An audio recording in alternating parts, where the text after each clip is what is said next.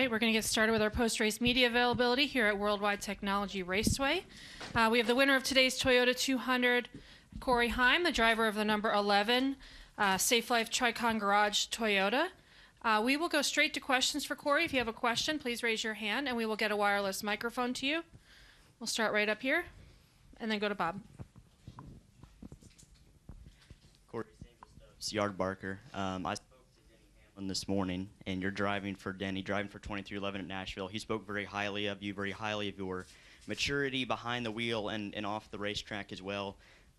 You just add to that with another victory today. What does it mean to have a vote of confidence like that from a great driver, from a future Hall of Famer, and from a man who's going to be your boss here in a few weeks?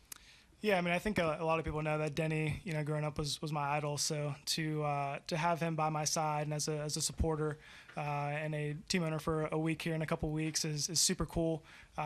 Means so much, means the world to me. Just growing up and idolizing him, never knowing if I would ever make it to this level, but here I am, and I've got him as like one of my best supporters right now. So it's super surreal to even say that, but I'm just very grateful for 2311 Toyota Racing Mobile One for the opportunity here in a couple weeks, and also very thankful for Tricon Garage and Safe Flight for the opportunity today. Toyota 200 got that win again, so that was another one from 2 years ago. I was able to technically go back to back, missed the race last year, so I can say that, but just a good day today for sure. Go over here to Bob to the right. Bob Pockris, Fox Sports.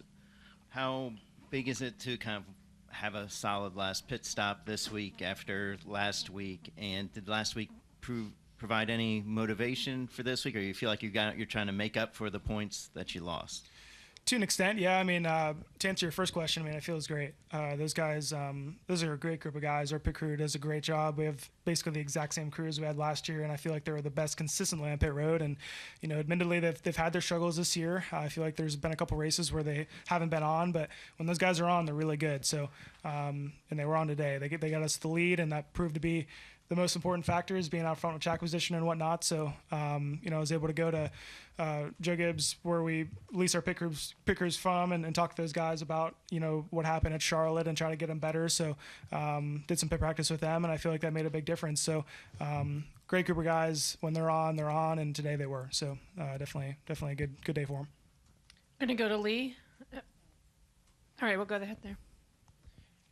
Harry Loomis, the podium finish. Corey, this wraps up 5 races, 5 straight weeks. It's the biggest, longest stretch of the season for you guys. What did you learn about yourself and your team throughout this stretch?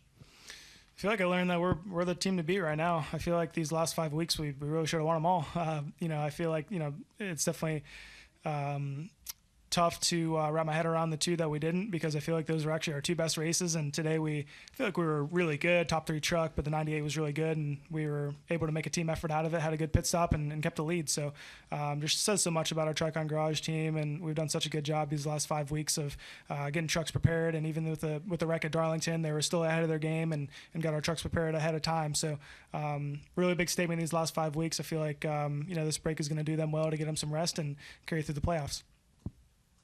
Go to Lee. Lee Spencer, Sirius XM NASCAR Radio and CatchFence.com. What were you feeling when you said "pit me now"? Because there really seemed to be just excitement in your voice, and Zippy said that he had planned on pitting you, that he just didn't want to tell you. But what was going on with the truck?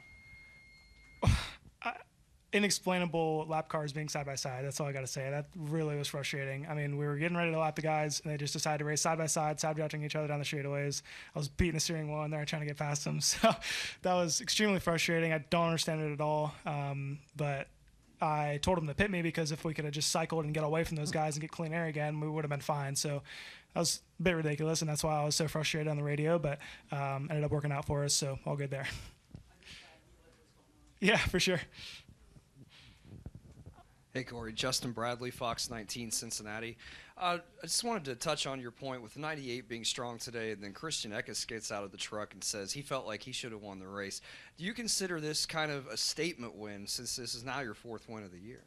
Yeah, I'd say so. I think, the last 4 weeks we've really been the best truck undoubtedly, and we've had some issues that have led us away from those wins, and it's been something kind of different every week, whether we've wrecked or had issues on pit road or whatever it may be. So today, we came and we probably didn't have the best truck, by far by any means. I think we were definitely top three, but to have our pit crew step up like that and fix their mistakes from the past couple of weeks is a big statement for those guys. That's been a struggle in the past couple of weeks, but those guys did a great job preparing for this race, and they kicked ass today. So really good to see it from those guys, and looking forward to carrying it through to the playoffs.